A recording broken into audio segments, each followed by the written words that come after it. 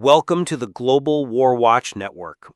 India's Great Nicobar Island project promises a $9 billion mega transformation. We're talking airports, ports, power plants, and the shipping hub right near the Malacca Strait. But behind this glossy vision lies a darker story: rainforest destruction, endangered wildlife, and displaced tribes. Is this bold plan strategic brilliance, or perhaps an environmental disaster in the making? Today on The Debate, we're going to unpack the comprehensive Great Nicobar Island Holistic Development Project. Now, this is a multi-component initiative. It includes an international container transshipment terminal, a greenfield international airport, a power plant, and even a new township.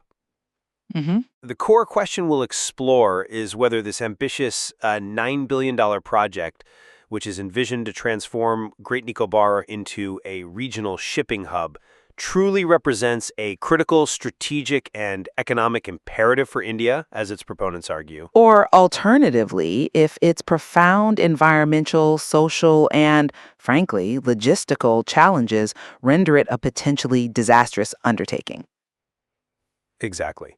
So I'll be presenting the case for the project's strategic and economic benefits. And I'll be highlighting its significant ecological and social costs, along with some critical procedural concerns that have come up. Okay, so from my perspective, this project is fundamentally a critical, strategic, and economic necessity for India. And this is really driven by Great Nicobar's truly unique geographical position. The island lies directly adjacent to the western entrance of the Malacca Strait. Now, this isn't just important, it's a vital global choke point. It funnels, 20-25% of global sea trade and a staggering 35% of the world's oil supplies. Its location offers an unparalleled advantage, being equidistant from major established ports like Colombo, Klang, and Singapore. This positions it perfectly as a prime candidate for a transshipment hub. Geographically, yes. Right. Currently, India faces a substantial economic disadvantage. We're losing significant revenue by relying on foreign ports for these large intercontinental vessels. So this initiative isn't just about building a port. It's about projecting India's strategic autonomy in a region that's increasingly vital for global trade. It's about reducing reliance on potentially vulnerable foreign facilities and, importantly, securing future energy supply lines in what is, let's face it, a contested theater. This vision is encapsulated in a holistic development plan covering 16,610 hectares. That includes a 450 MVA power plant and an airport designed to vastly improve connectivity both to the mainland and to global cities. The proponents anticipate significant socioeconomic growth for the local populace, projecting an estimated 4,200 permanent jobs during operations, alongside, of course, extensive construction opportunities. There's also a clear strategy to tap into high-end tourism, leveraging the island's, pristine virgin beaches and lush evergreen rainforests. And furthermore, there has been demonstrable commitment to addressing environmental concerns. This is highlighted by the environmental clearance obtained back in November 2022 and proactive measures like coral translocation. Well, I understand the strategic aspirations you're articulating, but I approach this from a very different perspective. This Great Nicobar project, in my assessment, really represents an environmental and social disaster in the making. And it's plagued by highly questionable economic benefits and some significant procedural flaws. The sheer scale of the estimated cost, it's been reported variously as US $9 billion, 75,000 crore rupee, or even 81,000 crore rupee. That alone is set to devastate a globally significant biodiversity hotspot. This undertaking will necessitate felling nearly 1 million trees. The estimate is between 852,000 and 1 million. This directly impacts the UNESCO-recognized Great Nicobar Biosphere Reserve, which encompasses both Campbell Bay and Galathea National Parks. Critically, Galathea Bay, the proposed port site, is a paramount nesting ground for the endangered giant leatherback sea turtle. Now, this is a species strictly protected under India's Wildlife Protection Act of 1972.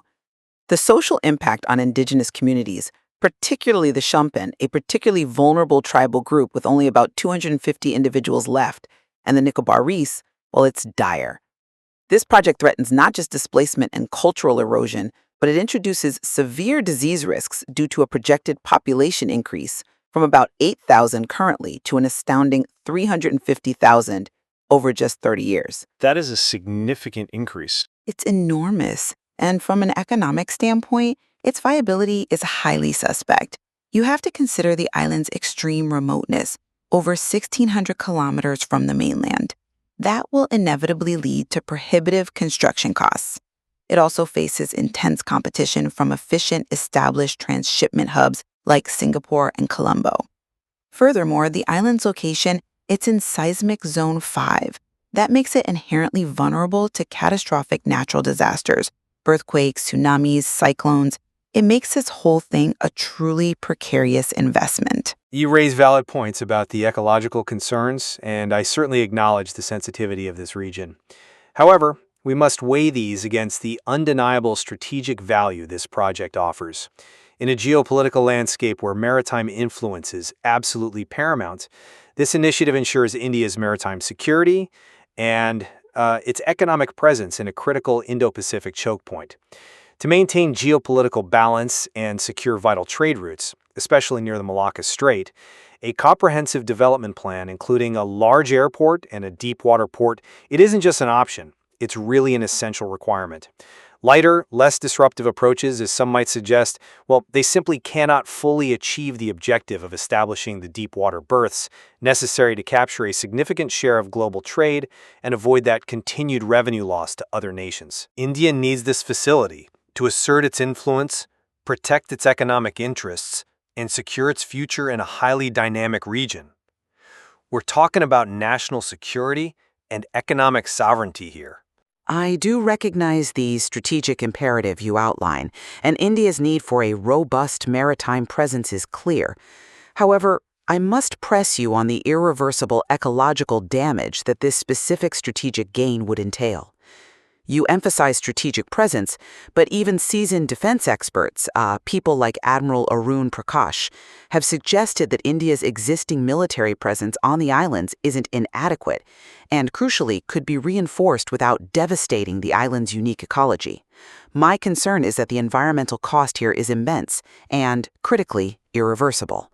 How does felling nearly 1 million trees in a UNESCO biosphere reserve and potentially wiping out the leatherback turtle's primary nesting grounds, how does that align with any definition of holistic, sustainable development as the project claims? Well, the mitigation plans address. But the destruction of the leatherback turtle nesting grounds here isn't just an ecological loss. It's a stark illustration of how rapid top-down development can disregard not only international conservation norms, but also the very biological anchors of an ecosystem, with ripple effects potentially far beyond these shores. The denotification of Galathea Bay Wildlife Sanctuary, a known nesting spot, was done without adequate prior study on these turtles. That's a fact even the Wildlife Institute of India admitted. This points to a profound disregard for ecological integrity. Moreover, the proposed port construction would physically restrict Galathea Bay's natural 3-kilometer opening down to just 300 meters. That creates an undeniable, permanent physical obstacle for these endangered creatures to reach their nesting grounds. This, to me, is an irreversible loss that far, far outweighs unproven strategic gains. Okay, you focus heavily on the environmental costs, and I appreciate the detail, particularly regarding the leatherback turtles. But let's shift our focus slightly to the economic potential, which is equally profound and directly addresses India's long-term prosperity. This project is designed to stimulate massive economic activity, create significant employment opportunities, and firmly position India as a key player in global shipping, transforming the island's economy in the process. Beyond simply reducing that revenue loss we talked about, this project is designed to capture a growing segment of container traffic, particularly for intra-Asia routes and specific industries looking for a faster, more secure transshipment point within India's strategic footprint. We are not just building a port, we are establishing a competitive hub that offers a distinct advantage, a gateway to the Indo-Pacific. The plan also promotes high-end tourism. This was explicitly highlighted in the Environmental Impact Assessment report by tapping into the pristine virgin beaches and lush evergreen rainforests, targeting high-end visitors seeking adventure and, an escape. Regarding infrastructure, the total water demand 160 MLD for the integrated development that will be met through a combination of surface water, seawater desalination, and a dedicated reservoir. And while yes, concerns about the capacity of ANIIDCO, the Andaman and Nicobar Islands Integrated Development Corporation and lead project proponent, were raised early on, the organization has since recruited specialists, including urban and environmental planners. The environmental clearance was ultimately granted in November 2022 after a high-powered committee meticulously reviewed all concerns, demonstrating, I think, a responsive and adaptive approach to challenges. With respect, I find the economic viability claims for this project difficult to reconcile with the island's inherent challenges and the competitive landscape you just mentioned. The remoteness, that's 1,600 kilometers from the mainland, necessitates costly feeder vessels for cargo transport. It will significantly inflate the cost of importing construction materials, potentially far exceeding those initial estimates. How is Great Nicobar truly positioned to compete effectively with existing, highly efficient ports in Singapore and Colombo? These places boast turnaround times under 24 hours and have established very efficient feeder networks. But the location offers a unique shortcut for certain routes. Perhaps, but the economic feasibility remains highly uncertain, to say the least.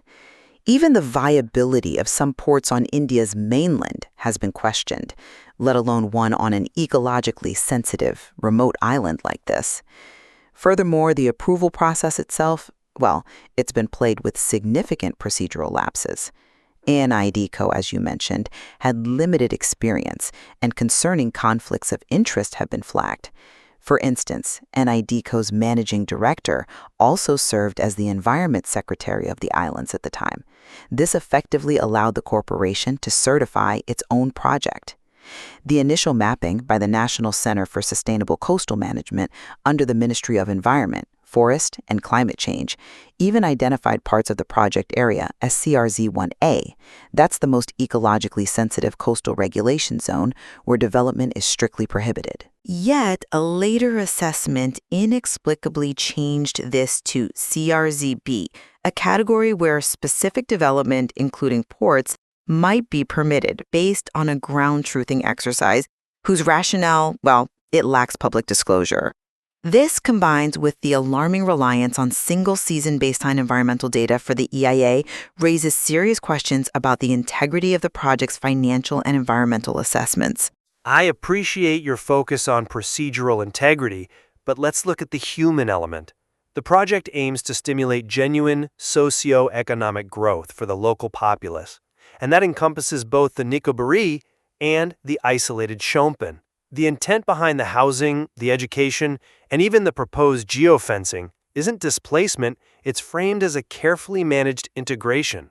The goal is allowing these communities access to modern amenities and opportunities while preserving their core cultural practices.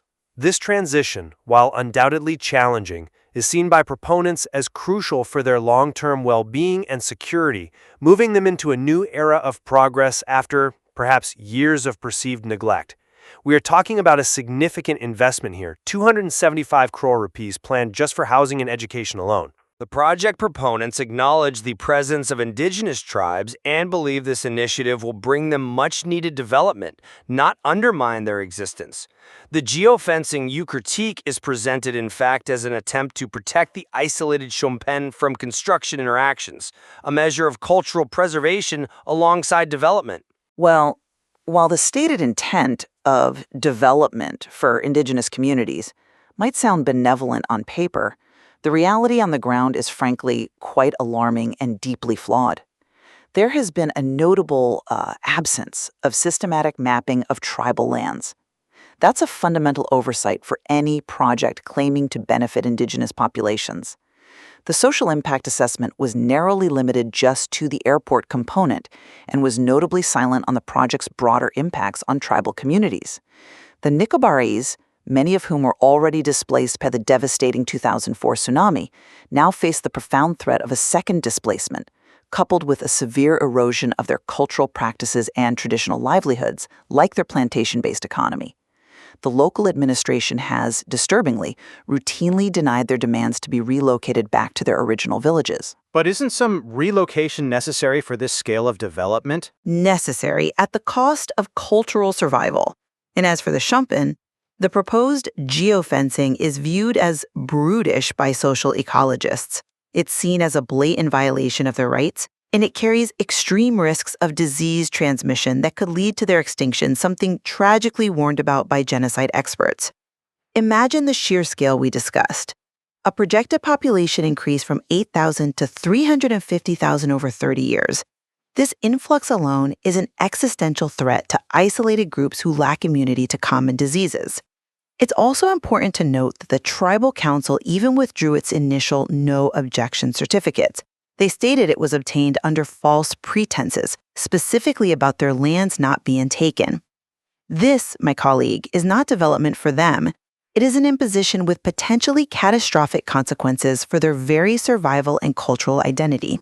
Ultimately, the Great Nicobar Project, while undeniably presenting significant challenges and, yes, requiring careful management, it represents a vital, forward-looking vision for India's strategic positioning and economic growth. It aims to harness the island's unique geographical location for substantial national benefit, promising considerable development and opportunities for its people, with continuous measures supposedly in place to mitigate identified environmental and social impacts. This isn't just an infrastructure project, it's really a testament to India's ambition to secure its place on the global stage. In contrast, I believe the sheer magnitude of the environmental and social risks, coupled with the numerous procedural irregularities and the island's inherent vulnerability to natural disasters, casts a long and very dark shadow over the project's purported benefits. The potential for irreversible damage to unique ecosystems and the profound disruption to indigenous communities, it raises fundamental questions about the true long-term cost of this kind of development. This project forces us to confront an uncomfortable truth, that some visions of national progress might be fundamentally irreconcilable with the preservation of irreplaceable natural heritage and the autonomy of indigenous cultures. The discourse around the Great Nicobar Island Project clearly illustrates the complex interplay between, national strategic ambitions, economic aspirations, and the definite imperative to protect delicate ecosystems and vulnerable human populations. The material highlights strong arguments on both sides, underscoring the need for continued vigilance and thoughtful consideration as such large-scale developments proceed. There is clearly much more to explore here. Indeed. Thank you for your time and participation today. Please like, share, and subscribe to the Global War Watch Network. We also invite you to share your thoughts in the comment section below and join us on social media. The links are provided in the description.